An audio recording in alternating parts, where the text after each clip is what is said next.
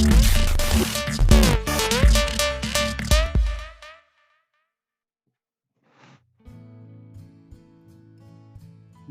Educational group YouTube च्यानलमा यहाँहरूलाई स्वागत छ। यो भिडियोमा grade 11 physics unit mechanics lesson physical quantity model 5 round of least count accuracy and precision अन्तर्गत एमसिक्यू लिएर उपस्थित भएका छौँ। आउनुहोस् मोडेल 5 अन्तर्गत पर्ने क्वेसनहरूको बारेमा चर्चा गरौँ। क्वेसन नम्बर 21 रहेको छ, round of the number 7.825 in 2 decimal places भनेको छ। यसलाई हामीले डेसिमल पछाडि दुईटा डिजिट राख्ने गरी हामीले राउन्ड अफ गर्नुपर्ने छ। यहाँ हेर्नुहोस् है, 7.83, 7.82, 7.80 नन अफ दिज, यो मध्ये कुन चाहिँ हाम्रो करेक्ट आन्सर हुन्छ? तपाईहरु सोच्दै गर्नुहोस् है, कुन चाहिँ हुन्छ होला? तपाईहरु धेरैजनाले लागिरहेको होला कुन चाहिँ हुन्छ? 7.83 अझै 7.82 है त, कन्फ्युजन होला तपाईहरु। ल हेर्नुहोस्, round of the uncertain digit हैन, हामीले चाहिँ स्योर छैन के हुन्छ। यो 2 को ठाउँमा 2 रहन सक्छ, 3 रहन सक्छ। हामी कसरी राउन्ड अफ गर्छौं? यसको राउन्ड अफ को तीनटा हाम्रो केसेस छ। यो हाम्रो लेस देन 5, यो इक्वल टु 5 र यो हाम्रो ग्रेटर देन 5। यस्तो छ भने के हुन्छ है त? लेस देन 5 छ भने यस्तो एक्जाम्पल दिएको छ हामीलाई 2.543। हामीले चाहिँ डेसिमल पछाडि दुईटा डिजिट रहने गरी हामी राउन्ड अफ गर्न गइरहेको छौँ। लास्टको के चाहिँ हाम्रो 3 छ। 3 भनेको लेस देन कति हो? 5। त्यस्तो अवस्थामा हामीले के हुन्छ, एउटा यो लास्टको डिजिटलाई ड्रप गर्नुपर्ने हुन्छ। हाम्रो आन्सर चाहिँ 2.54। यो 4 मा कुनै पनि इन्क्रिमेन्ट भएन। यसै गरी हाम्रो लास्टको हाम्रो यदि हाम्रो ग्रेटर देन 5 छ भने, जस्तो हाम्रो लास्टमा 6 छ है त। 6 छ भने के हुन्छ हाम्रो? सिम्पली हामीलाई थाहा छ 1 के हुन्छ अगाडिको हाम्रो डिजिटमा एड हुन्छ। यो 4 कति भयो हाम्रो? 5 भयो है त। यो पनि हामीलाई थाहा भएको कुरा हो। यदि इक्वल टु 5 छ भने यो चाहिँ हामीले एउटा धेरैजनाले हामीले अननोन हुन्छ हामी यसको बारेमा चाहिँ। इक्वल टु 5 छ भने एक्जाम्पलको लागि 2.535 छ, 2.565 छ है त। यहाँ हेर्नुहोस् त, या इक्वल टु 5 हुँदा दुईटा केस छ, अड र इभनको। हाम्रो अड भन्नाले हामीले चाहिँ के गर्दैछौँ, डेसिमल पछाडि दुईटा मात्र डिजिट रहने गरी राउन्ड अफ गर्न गइरहेछौँ भने यो अड भयो। यो 3 कति छ हाम्रो? अड छ। यो अड भएको बेला के हुन्छ हाम्रो? यो 1 इन्क्रिमेन्ट भएर कति हुन्छ हाम्रो? 4 हुन्छ। कति हुन्छ हाम्रो? 4 हुन्छ है त। यसै गरी हाम्रो यदि हाम्रो यो इभन केस भन्नाले यो हाम्रो हामीले चाहिँ लास्टको डिजिट के हुन्छ? ड्रप गर्नुपर्ने छ। डेसिमल पछाडि दुईटा राख्नु छ भने यो हाम्रो 6 के छ? हाम्रो इभन छ। इभन छ भने हामीले अहिलेसम्म जानेको रुल के हो? हाम्रो 5 अथवा 5 भन्दा बढी छ भने हामीले 1 के गर्नुपर्छ? एड गर्नुपर्छ। तर इक्वल टु 5 हुँदा यदि इभन छ भने यो 6 के हो? हाम्रो इभन हो। हामीले यो सिम्पली 5 लास्टको 5 ड्रप गर्छौँ, यसमा 1 हामीले एड गर्दैनौँ। एज इट कति रहन्छ? 6 रहन्छ। हाम्रो 2.56 रहनु। यस्तो हुन्छ है त। अब यहाँ हेर्नुहोस्, 7.825 2 डेसिमल प्लेसेस भने डेसिमल पछाडि हामीले दुईटा डिजिट राख्नुपर्ने छ भने अब यहाँ हेर्नुहोस् है, यो 5 त हामीले ड्रप गर्छौँ। ड्रप गरिसकेपछि के हुन्छ? अब यो इभन भएको कारणले गर्दा हाम्रो आन्सर के हुन्छ? हाम्रो 7.82 हुन्छ। 7.82 है त। त्यसकारण करेक्ट अप्सन कति हुन्छ? बी। धेरैजनाले सोच्नु भएको थियो होला 7.83 भएर 83 हुन्छ भनेर। त्यसो हुँदैन। हाम्रो चाहिँ यो इक्वल टु 5 हुँदा यो इभन रुल अनुसार 7 कति हुन्छ? 82 हुन्छ। नेक्स्ट क्वेसनमा जाउँ। Question number 22, the height of the Mount Everest is the order of भनेको छ। माउन्ट एभरेस्टको हाइट अलिकति बढेको छ हाम्रो 86 सेन्टिमिटर इन्क्रिमेन्ट भएको छ है त। यसो गर्दा हाम्रो माउन्ट एभरेस्टको हाइट मिटरमा चाहिँ 8848.86 मिटर हुन जान्छ है त। यसको हाम्रो अर्डर बनाए के हो त? कुनै पनि मेजरमेन्टको अर्डर भन्नाले के बुझ्छौँ यहाँ हेर्नुहोस् है त। Order of magnitude is the value of measurement in the nearest power of के हुन्छ हाम्रो 10। नियरेस्ट एकदम नजिकको है त। पावर अफ 10 मा के गर्छौँ हामीले एक्सप्रेस गर्छौँ। जस्तो माउन्ट एभरेस्टको हाइट हाम्रो 8848 एप्रोक्सिमेटली 8848 कति हुन्छ मिटर हुन्छ। त्यसको अर्डर अफ म्याग्निट्युड लेख्नु पर्दा हामी कसरी लेख्छौँ है त। यहाँ एउटा रुल रहेको छ हाम्रो अर्डर अफ म्याग्निट्युड है त। Coefficient of power of 10 coefficient भन्नाले कस्तो हुन्छ भन्दा जस्तो हाम्रो जस्तो 10 को पावर 3 छ, अगाडि कति छ हाम्रो यहाँ 8 छ हैन। जस्तो माउन्ट एभरेस्टको 8848 त्यसलाई एक्सप्रेस गर्दा कति हुन्छ हाम्रो 8.8 अथवा टाइम्स 10 को पावर कति हो हाम्रो 3 हैन। कोएफिसिएन्ट कति छ हाम्रो? कोएफिसिएन्ट चाहिँ अब दुईटा रुल रहेको छ, लेस देन √10 को हामी क्याल्कुलेसन गर्दा 3.16 एप्रोक्सिमेटली 3.16 हुन्छ। यदि कोएफिसिएन्टको भ्यालु √10 भन्दा थोरै छ भने एउटा केस हुन्छ र कोएफिसिएन्टको भ्यालु √10 भन्दा धेरै छ भने अर्को केस हुन्छ है त। हेर्नुहोस् लेस देन छ भने कस्तो केस हुन्छ? एक्जाम्पलको लागि order of magnitude of 3 times 10 को पावर 5 यो 2 चाहिँ के हो? कोएफिसिएन्ट हो। कोएफिसिएन्ट अफ पावर अफ 10 कति छ? 2 छ। यो 2 भनेको त लेस देन √10 हो हैन। √10 भनेको 3.16 भन्दा यो लेस भइहाल्यो 2। जस कारणले 2 टाइम्स 10 को पावर 5 न्युटन छ भने यसको अर्डर अफ म्याग्निट्युड 10 को पावर कति हुन्छ? 5 नै रहन्छ। तर यदि अर्को केस रहेको छ ग्रेटर देन केसमा के छ हाम्रो? कोएफिसिएन्ट चाहिँ √10 भन्दा के हुन्छ हाम्रो?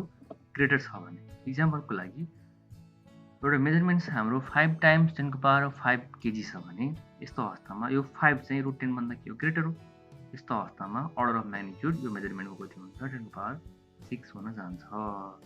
यसरी हामीले बुझ्दा यसरी यो सिम्पली यो रुल बुझ्दा हामीले के पायौँ भन्दा हाम्रो माउन्ट एभरेस्टको हाइटको अर्डर अफ म्याग्निट्युड 10 को पावर कति हुँदो रहेछ? 4 हुँदो रहेछ र करेक्ट अप्सन कति हुन्छ? B. Question number 23 which of the following measurements taken by micrometer screw gauge of least count 0.01 mm भनेको छ। लिस्ट काउन्ट हामीले चाहिँ प्र्याक्टिकल ल्याबमा हामीले पक्कै पनि यो इन्स्ट्रुमेन्ट देख्यौँ होला। यो इन्स्ट्रुमेन्टलाई भन्छ माइक्रोमिटर स्क्रू गज। यो दुईटा यो चाहिँ हाम्रो स्टुड रहेको छ। ठ्याक्कै हामीले यसमा चाहिँ हामीले बलहरूलाई अथवा कुनै पनि पाइपहरूलाई के गरेर चाहिँ हामीले होल्ड गरेका थियौँ। हामीले चाहिँ यो इन्स्ट्रुमेन्टको हेल्पले स्पेरिकल बलको हामीले चाहिँ भोल्युम फाइन्ड आउट गरेका थियौँ ल्याबमा। त्यसको लागि हामीले लिस्ट काउन्ट हामीले मेजर गरेका थियौँ। फर्स्ट अफ अलमा अब्जर्भेसनमा लिस्ट काउन्ट लिस्ट भनेको मिनिमम काउन्ट भनेको मेजर गर्ने हैन। यो डिभाइसले कति मिनिमम कति मेजर गर्छ? जस्तो हाम्रो जुन ह्यान्ड वाच छ सिम्पल ह्यान्ड वाच छ भने त्यसले मिनिमम हाम्रो 1 सेकेन्ड काउन्ट गर्छ भने त्यसको लिस्ट काउन्ट कति रह्यो? 1 सेकेन्ड रह्यो। अब यो डिभाइसको लिस्ट काउन्ट कसरी मेजर गरेका थियौँ हामीले चाहिँ pitch divide by number of circular scale division भनेको थियौँ है त। पिच भनेको linear distance travel by screw in 1 complete rotation.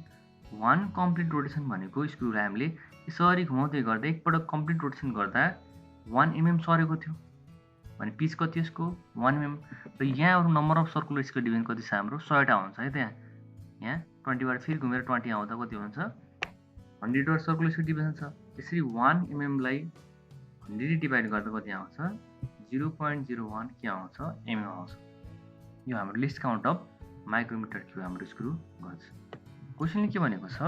Which of the following measurement taken by micrometre screw गज इज भन्छ। अब यो माइक्रोमिटर स्क्रु गज युज गरेर हामीले चाहिँ मेजर गर्दा कुन चाहिँ हाम्रो भ्यालु आउँछ मेजरमेन्टमा हेर्नुहोस् त लिस्ट काउन्ट कति छ 0.01। यसको मिनिङ के हुन्छ भन्दा डेसिमल पछाडि दुईटा डिजिटसम्म काउन्ट गर्न सक्छ। त्यो केमा हाम्रो एमएममा है त। भने पछाडि हाम्रो के हुनु भयो डेसिमल पछाडि एउटा मात्रै छ, यो भएन। डेसिमल तीनटा छ पनि भएन, डेसिमल पछाडि कति छ हाम्रो दुईटा छ। अनि यो हाम्रो करेक्ट अप्सन कति भयो हाम्रो ए भयो है त। Question number 24, which one of the following statement is true? हाम्रो कुन चाहिँ स्टेटमेन्ट ट्रू छ? Data measured must be precise and accurate. The smaller the least count of the measurement, more precise the measurement. The greater the significant figure, the higher the accuracy. All of the above.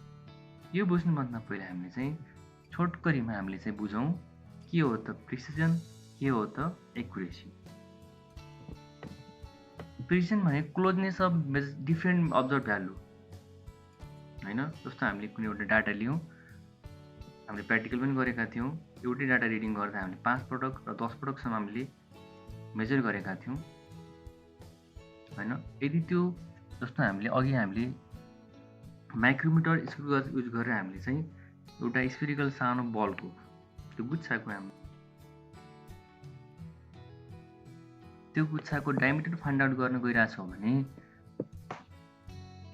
हामीले के आउँछ exact value त्यसको।